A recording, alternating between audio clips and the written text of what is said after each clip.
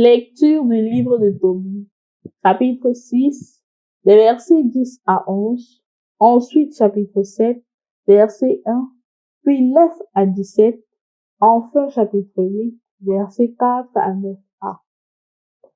En ces jours-là, quand Raphaël fut entré en Médie, et que déjà il approcha d'Ecbatane, il dit au garçon, Tobie, mon frère, et celui-ci répondit, qu'y a-t-il? Raphaël reprit, nous devons loger cette nuit chez Raguel. Cet homme est ton parent, et il a une fille qui s'appelle Sarah. Entré à Ecbatane, Tobie dit à Raphaël, Azarias, mon frère, conduis-moi tout droit chez notre frère Raguel. Raphaël le conduisit donc chez Raguel. Ils le trouvèrent assis à l'entrée de la cour et le saluèrent les premiers. Il leur répondit, grande joie à vous, frères, soyez les bienvenus. Et il les fit entrer dans sa maison. Tobie et Raphaël prirent un bain. Ils se lavèrent avant de prendre place pour le repas. Puis Tobie dit à Raphaël, Azarias, mon frère, demande à Raguel de me donner en mariage Sarah, ma parente. Raguel entendit ces mots et dit au jeune Tobie, cette nuit, mange, bois, prends du bon temps. Toi seul as le droit d'épouser ma fille Sarah, et moi-même je n'ai pas le pouvoir de la donner à un autre homme, puisque tu es mon plus proche parent. Pourtant, je dois te dire la vérité, mon enfant. Je l'ai donnée en mariage à 7 de nos frères, et ils sont morts la nuit même, au moment où ils allaient s'approcher d'elle. Mais à présent, mon enfant, mange et bois. Le Seigneur interviendra en votre faveur. Tobie répliqua, je ne mangerai ni ne boirai rien, tant que tu n'auras pas pris de décision à mon sujet. Raguel lui dit, soit elle t'est donnée en mariage selon le décret du livre de Moïse. C'est un jugement du ciel qui te l'a accordé.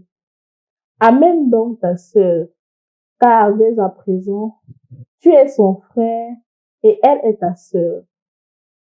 À partir d'aujourd'hui, elle t'est donnée pour toujours. Que le Seigneur du ciel veille sur vous cette nuit, mon enfant, et vous comble de sa miséricorde et de sa paix. Raguel appela Sarah, qui vint vers lui. Il prit la main de sa fille et la confia à Tobie en disant, amène-la conformément à la loi et au décret consigné dans le livre de Moïse. Elle t'est donnée pour femme. Prends-la et conduis-la en bonne santé chez ton père, et que le Dieu du ciel vous guide dans la paix. Puis il appela sa femme et lui dit d'apporter une feuille sur laquelle il écrivit l'acte de mariage, selon lequel il donnait Sarah à Tobie, conformément au décret de la loi de Moïse. Après quoi, il commença à manger et à boire. Raguel s'adressa à sa femme Edna. Va préparer la seconde chambre, ma sœur, et tu y conduiras notre fille. Elle s'en alla préparer le lit dans la chambre. Comme Raguel l'avait demandé, il conduisit sa fille et pleura sur elle. Puis, elle essuya ses larmes et lui dit, confiance, ma fille, que le Seigneur du ciel change ta douleur en joie. Confiance, ma fille. Puis elle se retira. Quand les parents de Sarah eurent quitté la chambre et fermé la porte, Tobie sortit du lit et dit à Sarah, lève-toi, ma sœur. Prions et demandons à notre Seigneur de nous combler de sa miséricorde et de son salut. Elle se leva Et ils se mirent à prier et à demander que leur soit accordé le salut. Tobie commença ainsi. Béni sois-tu Dieu de nos pères, béni soit ton nom dans toutes les générations à jamais. Que les cieux te bénissent et toute ta création dans tous les siècles. C'est toi qui as fait Adam. Tu lui as fait une aide et un appui. Ève, sa femme. Et de tous deux est né un genre humain.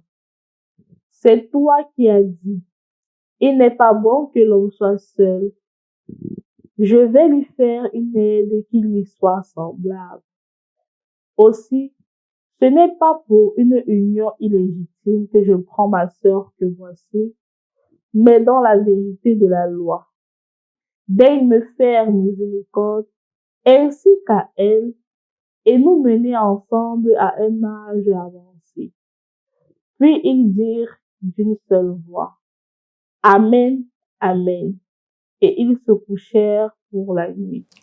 Au nom du Père et du Fils et du Saint-Esprit. Amen. Loué soit Jésus-Christ. Dans la première lecture d'aujourd'hui, il y a 3 chapitres qui sont mis ensemble. Le chapitre 6, le chapitre 7, le chapitre 8. Et on se demande comment est-ce que les deux, Raphaël et Tobie, se retrouvent à Raguel. En effet, c'est que le papa de Tobie, dans les chapitres qui précédaient, avait prêté spécialement le premier chapitre à un monsieur appelé Gabriel de l'argent. Et au chapitre 5, il se rappelle justement qu'il avait prêté de l'argent à ce monsieur. Et ainsi, il décide d'envoyer Tobie à Médie pour pouvoir récupérer cet argent-là, parce qu'il croit que ça va aider Tobie. Et il demande aussi à Tobie de prendre une fille de son clan, parce qu'il était de la tribu de Nephtali. Donc, Tobie exprime à son papa sa difficulté, puisqu'il ne connaît pas la route, il ne connaît pas la personne, c'est vraiment compliqué. Le papa lui demande de sortir et de regarder quelqu'un du clan qui pourrait l'accompagner moyennant un paiement, moyennant une somme d'argent. C'est ainsi qu'il sort et il découvre un monsieur qui se présente sous le nom d'Azarias. Plus tard, nous découvrirons que c'est Raphaël, en effet, l'ange Raphaël. Et c'est ainsi que Azarias lui fait comprendre qu'il connaît la maison, qu'il connaît tout. Et il part alors accompagner, il va alors avec Tobie pour la destination. Et plus tard, quand ils avancent, Raphaël lui propose d'épouser Sarah. Et il dit, j'ai entendu que elle a eu 7 hommes et tous les 7 sont morts avant de la connaître. Et il se met à exprimer sa peur. Il dit que je suis le seul fils de mon papa. Si jamais cela m'advient, qu'est-ce que je vais dire? Je vais causer plus de tort à mon papa, donc je ne veux pas risquer. Et c'est à Raphaël de lui dire que, en effet, c'est parce que tout cela n'était pas fait selon le plan de Dieu. Donc, si jamais cela était fait selon le plan de Dieu, cela ne serait pas arrivé. Et toi, cette femme t'est destinée. C'est ainsi qu'il accepte, et comme nous l'écoutons dans l'évangile d'aujourd'hui, il décide de prendre Sarah pour épouse. C'est vrai qu'il y a une série de choses que Raphaël lui demande de faire, comme de brûler l'encens pour pouvoir chasser le démon Asmodée, dont on nous fait fi dans ce passage. Mais ce qui est davantage marquant, c'est 2 choses. Premièrement, le dialogue que Raguel a avec Tobie. Il présente la situation de sa fille sans rien cacher. Il dit, voilà la situation de ma fille. Elle a eu plusieurs maris avant toi et ces maris-là, ces hommes-là sont morts. Et donc, je ne voudrais pas que tu t'engages dans une situation qui pourrait te dépasser à la longue, qui pourrait ôter ta vie. Voici la réalité. C'est pour cela qu'il dit, allez d'abord vous coucher, dormez, la nuit porte conseil et maintenant on verra. Mais Tobie dit non, je ne dormirai pas sans avoir eu Sarah pour épouse. Il connaît la situation. Et justement, parce qu'il a confiance en Dieu, il décide de prendre Sarah. Et tout se passe justement selon la parole de Dieu. Parce que, comme vous allez le constater ou comme vous l'avez constaté, Raguel passe le temps à présenter la parole de Dieu, à suivre les choses selon l'enseignement de la Torah, selon la loi de Moïse. Et c'est ainsi qu'ils se marient, et c'est ainsi que pendant la nuit, ils ne se mettent pas d'abord à se connaître. On verra que même s'ils se sont mariés, ils entrent en rapport seulement 3 jours plus tard. Et avant d'entrer en rapport, comme nous le constatons aujourd'hui, on lit la prière que Tobie adresse. La prière que Tobie et Sarah adressent au Seigneur. Ils prient avant d'entrer en rapport. Chers frères et sœurs dans le Christ, je voudrais justement que ce couple-ci devienne pour nous, jeunes filles, jeunes garçons, modèles. Modèle du critère premièrement du choix de nos conjoints. Quels sont les critères qui habitent chacun d'entre nous quand nous voulons choisir tel ou tel? Est-ce que c'est d'abord le critère de l'aspect financier? Est-ce que c'est d'abord la beauté physique? Est-ce que c'est d'abord la beauté intellectuelle? Ou c'est d'abord la crainte de Dieu? Clairement, quand on choisit un conjoint, quand on choisit une conjointe sur le critère de Dieu, on ne se trompe pas. Mais malheureusement, de plus en plus, on regarde premièrement l'aspect financier. Il est riche. Quel que soit ce qu'il a, on accepte d'abord. Et dans le mariage, on se rend compte que, en effet, l'argent ne suffit pas pour rendre un mariage beau. L'argent ne suffit pas. Et c'est ainsi que plus tard, on voit des familles qui se divisent. On voit des couples qui se divisent et les enfants payent les pots cassés. Pourtant, il fallait faire des critères substantiels depuis le début. C'est pour cela que, chers frères et sœurs dans le Christ, je voudrais vous inviter, peut-être à toi qui est encore en train de chercher ton conjoint ou ta conjointe, de mettre Dieu comme critère de choix. Demande à Dieu de te donner ton conjoint ou ta conjointe. Ne te mets pas à t'ouvrir à toutes les portes. N'importe quel garçon qui passe, n'importe quelle fille qui passe, tu penses que c'est la meilleure et tu te comportes déjà comme si vous étiez mariés. Tu fais toutes les choses du mariage avant le mariage. Non. L'Église jusqu'à présent enseigne que le mariage est une chose sacrée et on doit vivre toutes les valeurs du mariage dans le mariage et non avant le mariage. Malheureusement, la tendance du monde actuel nous amène à banaliser beaucoup de choses. Et aussi, une chose qui est importante, c'est que cette famille était une famille de prière. Avant d'entrer en rapport, ils prient. Il demande au Seigneur de bénir leur union. Et il dit justement que ce n'est pas d'abord pour les désirs charnels que je prends cette épouse. C'est d'abord pour te connaître. C'est d'abord pour qu'ensemble nous puissions être fidèles. Que ce soit aussi nos critères. Et je suis convaincu, mon frère, ma soeur, si ce sont les critères qui t'habitent, les critères de regarder d'abord Dieu dans ta vie maritale, et tu demandes à Dieu de chercher l'épouse ou l'époux qui te convient, tu verras que ce choix ne sera pas une erreur.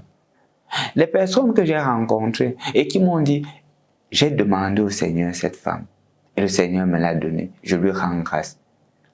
Mais quand nous ne demandons pas, nous pensons que nous maîtrisons. Parfois, ça devient catastrophique.